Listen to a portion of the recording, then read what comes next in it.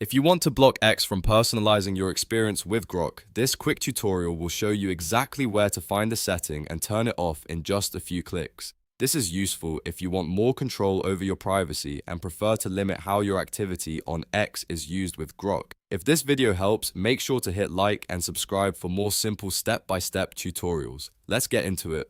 First, open x.com or Twitter and then make sure you're signed into the account you want to change. On the left side navigation bar, click on More. This opens up the full menu with additional account and privacy options. From there, click Settings and Privacy. This is where X keeps most of the important account controls, including privacy, security, and personalization settings. Next, click Privacy and Safety. Inside this section, you'll find options related to your data, visibility, and how X interacts with other features. Now look for Grok and third-party collaborators and click on it. This menu contains the settings that control whether it can use your activity to personalize your Grok experience. Once you're inside, find the option that says Allow X to personalize your experience with Grok.